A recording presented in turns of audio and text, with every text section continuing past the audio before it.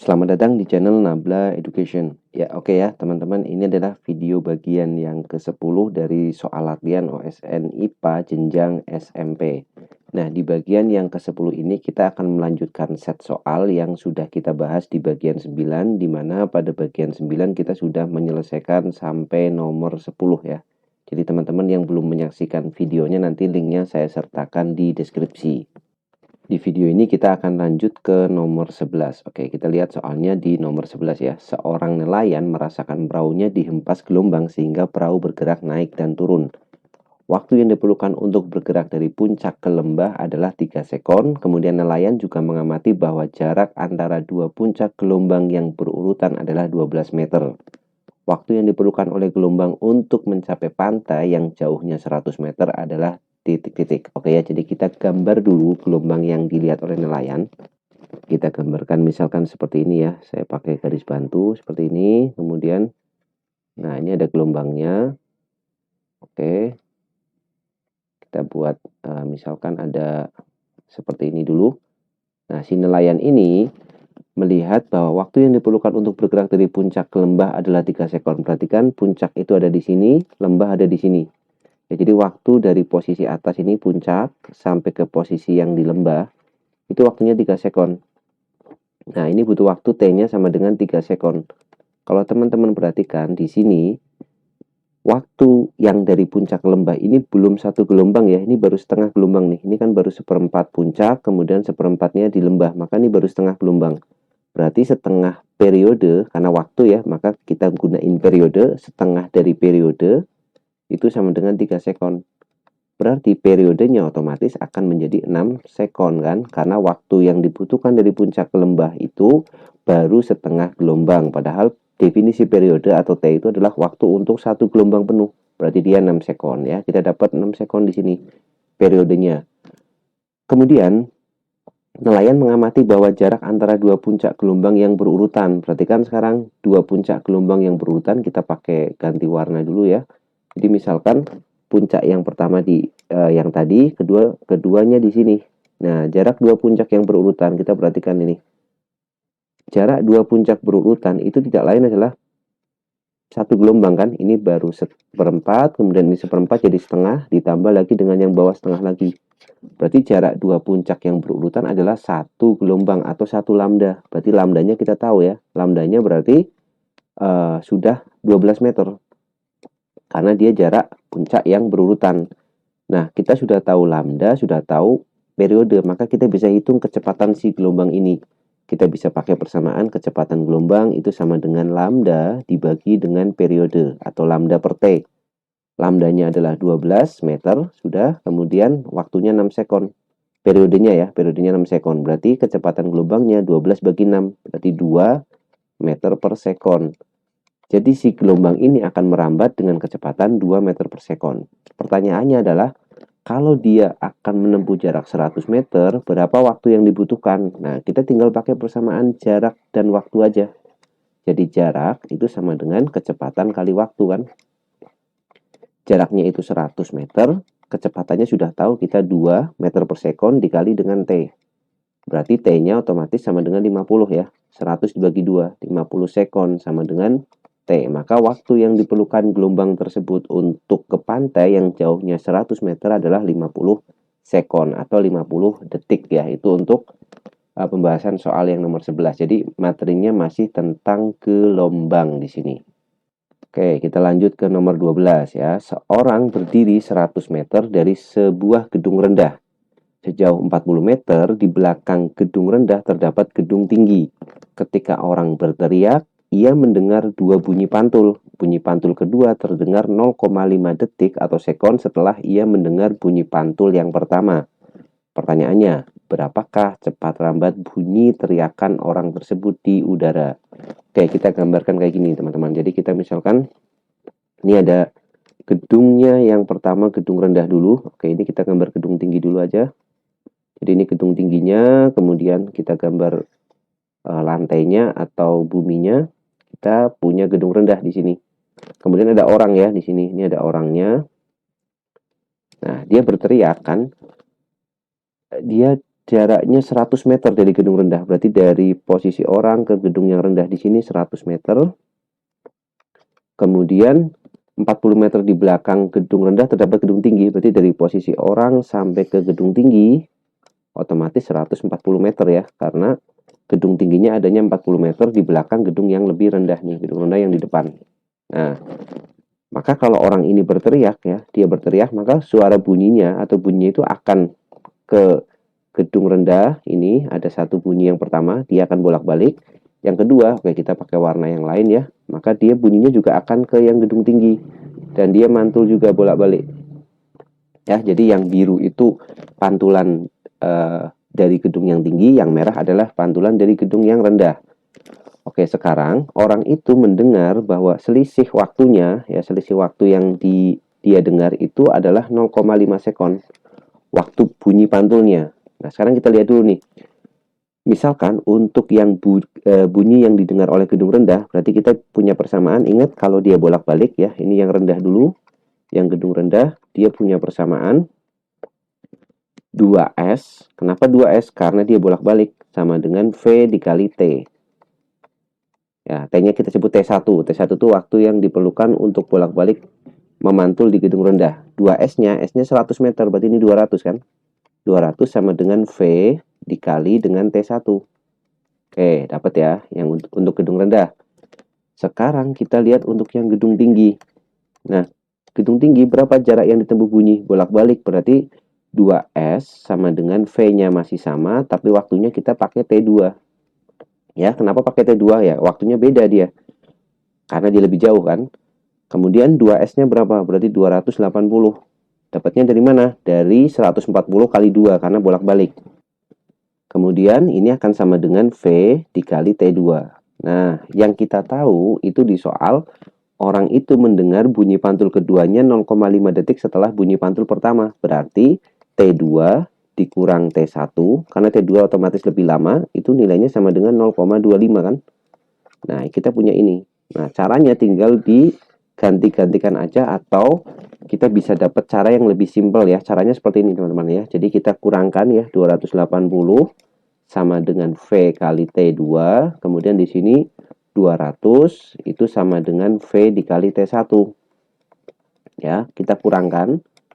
280 dikurangi 200 itu 80. Ini sama dengan, karena ini variabel, tulis saja ini VT2 minus VT1.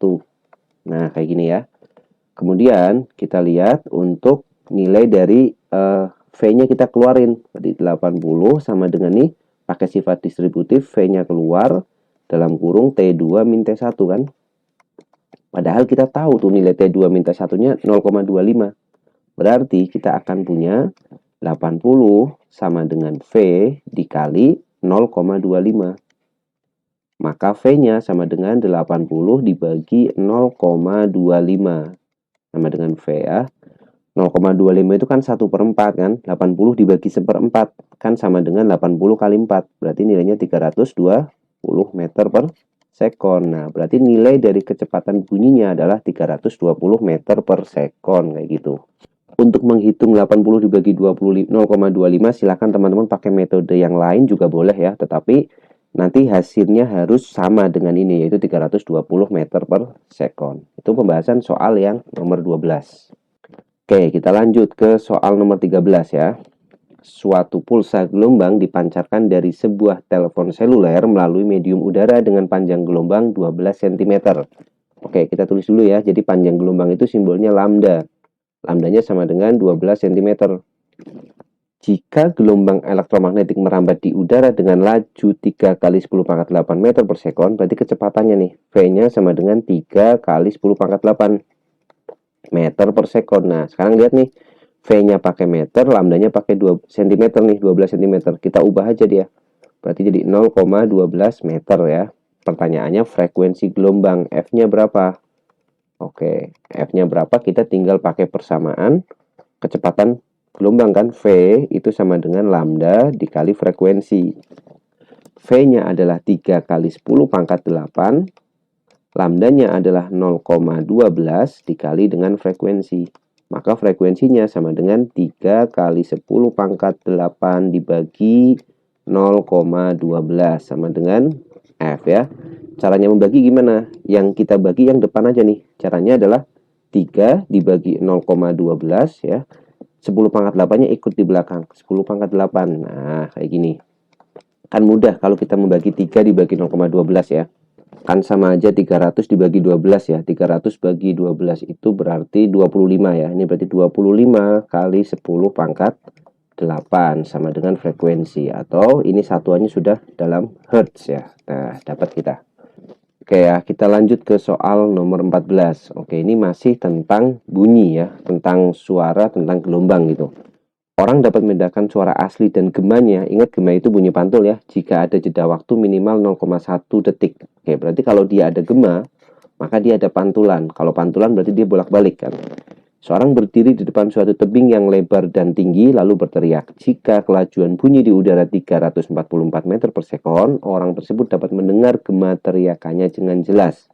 Maka jarak minimum tebing dari orang tersebut. Oke, jadi misalkan ini ada tebingnya.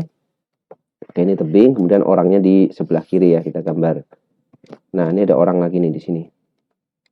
Nah, dia bisa mendengar bunyi, ingat karena dia ada gema, maka dia bolak-balik. Dia bisa mendengar bunyinya itu dalam waktu T-nya 0,1 sekon. 0,1 detik ya, atau sekon gitu. Kemudian kecepatan bunyinya, V-nya itu 344. Nah, pertanyaannya, itu berapakah jarak minimum orang ke tebing? Anggap aja ini S ya. S-nya itu berapa? Jarak orang ke tebingnya. Kita gunakan persamaan yang sama ya dengan soal sebelumnya. Karena dia bolak-balik berarti kita pakai persamaan 2S sama dengan V kali T. Kenapa 2S? Karena bolak-balik. Berarti 2S itu sama dengan 344 dikali 0,1. Oke, kita pindah di sini. 2S itu sama dengan 344 dikali 0,1, berarti 34,4 kan. Berarti S-nya sama dengan 34,4 dibagi dengan 2. Maka kita dapat S-nya sama dengan 17,2.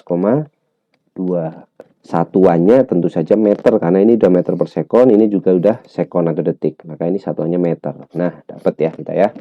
Dapat jarak minimum orang itu ke tebing supaya dia bisa mendengar bunyi gemanya atau bunyi pantulnya dengan jelas. Oke, itu nomor 14. Pembahasannya masih tentang gelombang. Sekarang kita lihat nomor 15. Nah, sudah ada suhu-suhu di sini, maka ini masuknya ke dalam zat dan kalor ya. Pada suhu 0 derajat, sebuah termometer X menunjukkan nilai 16 dan pada suhu 100 derajat, termometer X menunjukkan nilai 196. Pertanyaannya, termometer X menunjukkan nilai yang sama dengan termometer Celcius pada suhu titik-titik. Nah, kita bisa pakai konsep atau cara membandingkan termometer ya. Jadi kita buat dua termometer. Ini materinya termometer X ya. Yang pertama X dulu, kemudian pembandingnya di situ pakai Celcius. Nah, Celcius ya. Ingat kalau dia Celcius, otomatis ini yang bagian bawah kita sebut sebagai titik tetap bawah, pasti 0 derajat. Yang bagian atas adalah titik tetap atas, pasti 100 derajat Celcius ya. Titik tetap bawah itu diperoleh dengan cara memasukkan termometer ke dalam es yang sedang melebur, sedangkan titik tetap atas dimasukkan ke dalam air yang sedang mendidih. Nah, untuk dapat nilainya seperti itu ya. Kemudian pembandingnya adalah pada suhu 0 derajat, X-nya menunjukkan angka 16, berarti di sini 16 nih. Nah, kemudian pada suhu 100, di sini 196. Nah, seperti itu. Pertanyaannya, termometer X menunjukkan nilai yang sama dengan Celcius pada suhu berapa? Nah, kita misalkan aja ini X, ini C, ya. Kita pakai perbandingan seperti ini ya. Ini juga bisa dibolak-balik. Oke, kita gunakan yang ini. Nah, apa artinya itu? Kita pakai X min 16 per 196 min 16 sama dengan C min 0 per 100 min 0. Nah ya, jadi ini tanda garis ini menunjukkan dia dikurangi gitu. Pembandingnya boleh dibolak-balik, terserah ya. Kemudian di sini menunjukkan angka yang sama. Artinya apa? Kalau angka sama berarti X-nya sama dengan C. Nah, kita ganti aja salah satu. Yang X bisa diganti C atau yang C diganti X, bebas ya. Saya akan ganti X-nya sama dengan C. Berarti ini C min 16 dibagi dengan 180. Ya, karena 196 dikurang 16 kan 180. Ini sama dengan C per 100. Oke, untuk selanjutnya tinggal kali silang ya, atau kita sederhanain dulu, ini dicoret, nolnya 1, boleh ya, bawah sama bawah boleh dicoret. Lalu kaliin silang. Jadi C min 16 dikali 10. Seperti ini dikurung biar nggak salah ya, kali 10 sama dengan, nih, C dikali 18. Berarti sama dengan 10C, C kali 10 ya, ini minus 160, sama dengan 18C, kayak gitu ya. Berarti kalau kita pindah ruas, pindah ke sini, berarti 10C minus 18C sama dengan 160. 10 dikurangi 18 itu minus 8C sama dengan 160. Berarti C-nya itu akan sama dengan 160 dibagi minus 8. Dapatnya adalah minus 20 ya. Jadi C-nya sama dengan minus 20 derajat Celcius, atau karena suhunya sama berarti X-nya juga sama, minus 20 derajat X ya. Boleh jawab pakai X, boleh jawab pakai Celcius. Seperti itu ya pembahasan untuk nomor yang 15. Topiknya adalah tentang termometer X. Oke, kita lihat nomor 16. Masih sama soalnya ya. Pada sebuah termometer skala X, titik beku air adalah 10 derajat X dan titik didih air adalah 70 derajat X. Bila suhu suatu zat diukur dengan termometer skala X adalah 25, maka suhu dengan termometer Celcius menunjukkan angka berapa? Oke, caranya sama persis. Kita gambar dulu untuk memudahkan. Yang ini adalah X, bawahnya adalah 10 derajat X, atasnya berapa? 70X kan? 70 derajat X.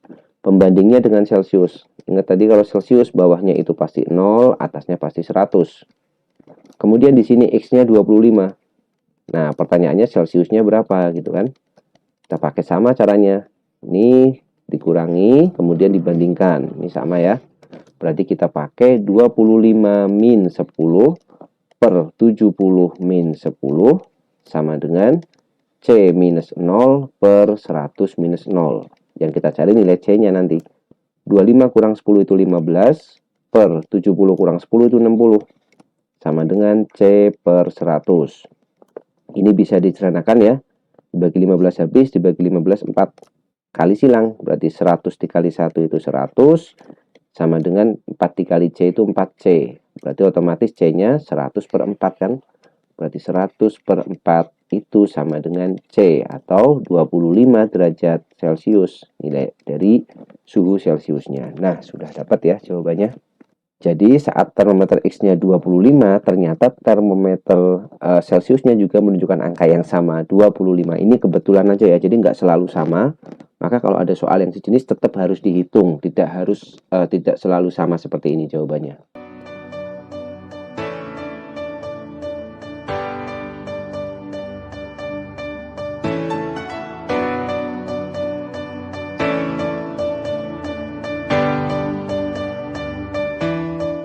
Oke, kita lanjut ke soal yang nomor 17. Masih tentang suhu dan kalor ya.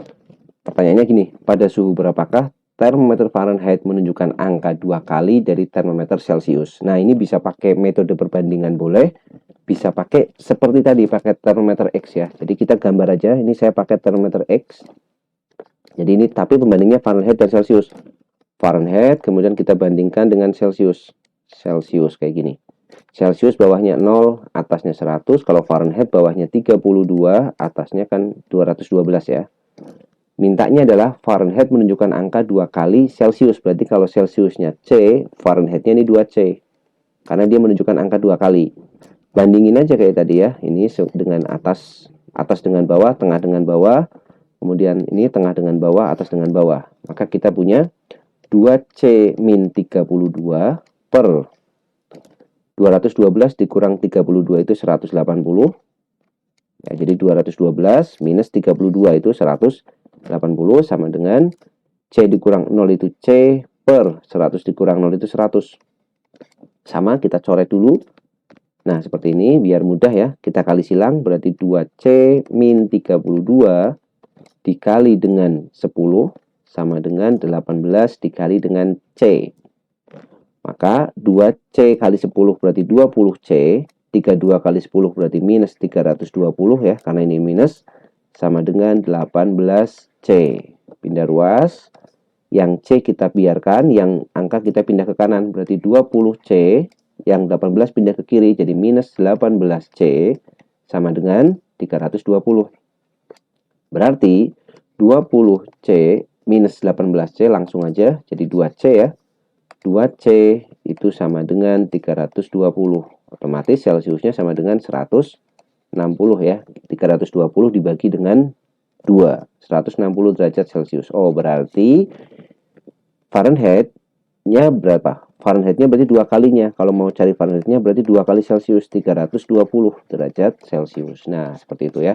Jadi kita bisa pakai Celciusnya, bisa pakai Fahrenheit-nya. Tergantung pertanyaannya apa.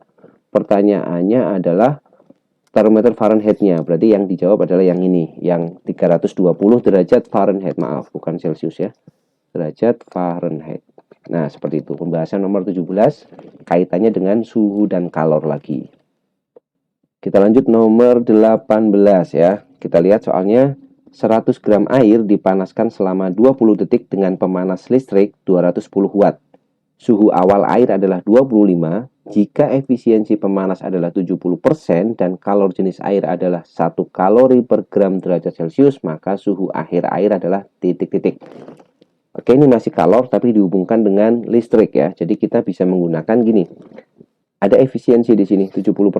Kita bisa pakai efisiensi itu simbolnya kita pakai ini ya. Efisiensi itu pakai simbol eta namanya. Itu adalah energi yang dikeluarkan atau energi output dibagi dengan energi input dikali dengan 100%. Nah, kalau mau dalam persen kita pakai persamaan efisiensi seperti ini. Efisiensinya 70%, maka kita tulis 70%. Ini aja dulu. Sama dengan energi out. Out itu yang dihasilkan. Kan ini pemanas ini kan dapatnya dari listrik akan dipakai untuk memanaskan. Berarti energi outputnya atau energi outnya itu adalah energi panas. Berarti ini energi kalor atau panas ya. Kalor itu sudah energi mestinya. Dibagi dengan yang bawahnya itu inputnya. Inputnya dapat dari mana panasnya? Dapat dari listrik. Maka ini energi listrik. Nah, seperti ini kemudian kita kalikan dengan 100%. Oke, tinggal dimasukkan angkanya ya. Ini persennya dicoret, nolnya dicoret ya, tinggal 1. Maka ini 10-nya pindah ke kiri jadi 7/10 sama dengan energi kalor. Karena dia dipakai untuk menaikkan suhu, kita bisa pakai persamaan M dikali C dikali delta T dibagi dengan energi listrik itu daya P dikalikan dengan waktu atau T ya. Nah, sudah. Tinggal dihitung. Berarti ini jadi 7/10. Kita pindah ke sini lagi ya. 7/10. Oke, lanjutannya ada di sini. Sama dengan masanya. Nah, perhatikan di sini. Si listriknya dia pakai watt. Watt itu satuan internasional atau SI ya. Maka masanya ini 100 gram. Kita harus ubah dia menjadi kilogram. M-nya sama dengan 0,1 kilogram. Kita tulis di sini 0,1 dikali dengan C-nya, ini masih dalam kal ini, per gram. Berarti C airnya kita pakai yang satuan Joule ya. Berarti C airnya kita akan pakai 4200 Joule per kilogram derajat Celcius. Berarti kita ganti di sini 4200 kali delta T. Kita cari dulu deltanya. Sama dengan, atau dibagi dulu 210 dikali waktunya berapa? 20 sekon atau 20 detik. Nah, sudah dapat ya. Kita coret nih 20-nya dengan 10, dapat 2. Kemudian nolnya kita coret dengan atas. Oke, ya ini agak sempit ini space-nya. Kemudian 21-nya dicoret dengan 42 ya. 21 habis, ini berarti 42. 420 dibagi 21 dapatnya 20. Oke, kita pindah ke kanannya. Berarti 7/10 sama dengan 7/1 sudah habis 10-nya. Berarti 7 sama dengan 0,1 kali 20 itu berarti 2 dikali delta T. Ya, 2 dikali delta T dibagi dengan ini masih ada 20 di sini per 2 kan. Oke, kita cek lagi ya. Nolnya dicoret 1. Oke, tinggal 2. 210-nya dengan 4200 dapat 20. Betul. 20 kali 0,1 itu 2. Oke, ini dicoret delta T-nya. Nah, sudah.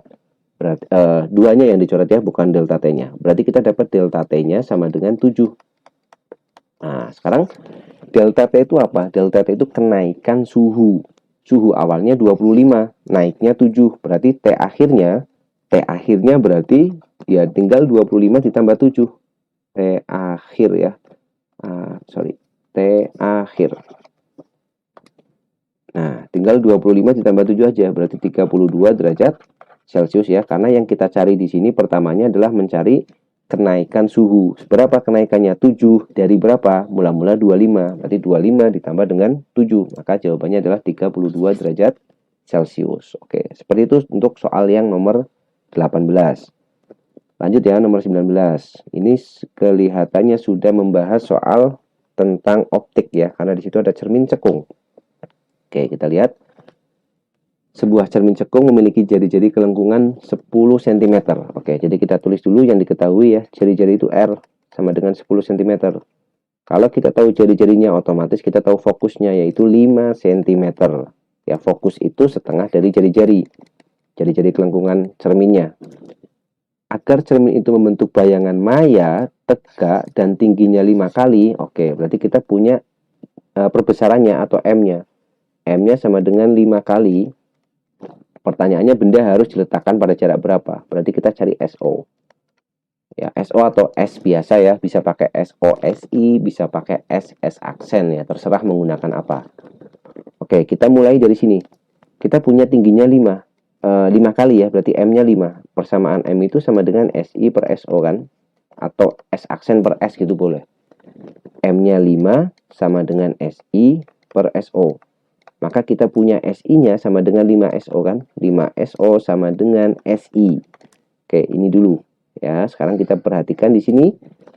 Di soal sudah disebutkan kalau bayangannya maya. Kalau bayangan maya itu artinya SI-nya negatif. Nah, bayangan maya itu menandakan kalau nilai SI-nya itu negatif. Berarti di sini SI-nya kita nulisnya bukan 5SO, tetapi negatif 5SO ya. SI-nya negatif 5SO. Fokusnya 5 cm, maka kita tinggal pakai persamaan yang 1/F itu ya. 1/F sama dengan 1/SO ditambah 1/SI biasa. Berarti 1/F-nya adalah 1/5 sama dengan 1/SO minus. Nah, SI-nya kenapa jadi minus? Karena SI-nya minus 5SO. Kita ganti di sini 5SO.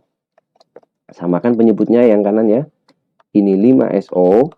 5SO dibagi SO itu 5, minus 5SO dibagi 5SO itu 1. Berarti 1/5 itu sama dengan 5 kurang 1 itu 4, dibagi dengan 5SO. Coret ya 5-nya, kali silang seperti biasa, SO kali 1 itu SO, 4 kali 1 itu 4. Maka SO-nya adalah 4 cm. Berarti bendanya itu harus diletakkan pada jarak 4 cm di depan cermin cekung. Nah, seperti itu ya. Untuk soal nomor 19. Kita lanjutkan soal nomor 20. Untuk memindahkan benda bermassa 10 kg sejauh 5 meter diperlukan usaha 100 Joule. Jika gaya yang bekerja searah dengan perpindahan, maka gaya yang diperlukan adalah titik-titik. Oke, jadi ini topiknya sudah berubah lagi, sudah berpindah ke usaha. Jadi ini ada benda kemudian ditarik oleh gaya F gitu ya. Dan dia pindah sejauh 5 meter. Nah, 5 meter. Kemudian usahanya itu 100 Joule.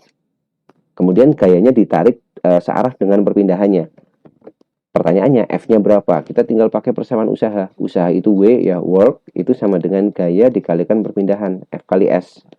W-nya itu 100 ya. Dia positif kenapa? Karena searah nih. Kalau gayanya berlawanan arah, maka nanti F-nya negatif ya. Ini positif F dikali pindahnya berapa? 5 meter. Berarti dapat ya, F-nya sama dengan mudah.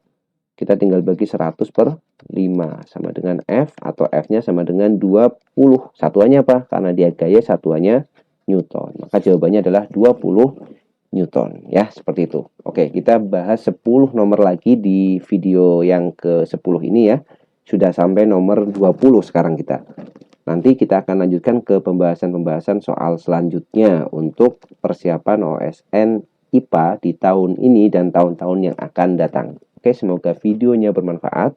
Kalau kalian suka silahkan like, kalau nggak suka bisa di dislike.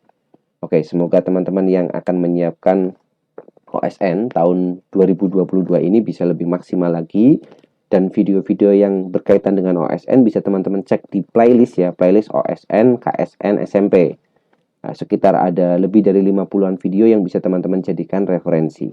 Oke, sekian dulu untuk video kali ini, sampai jumpa di video selanjutnya.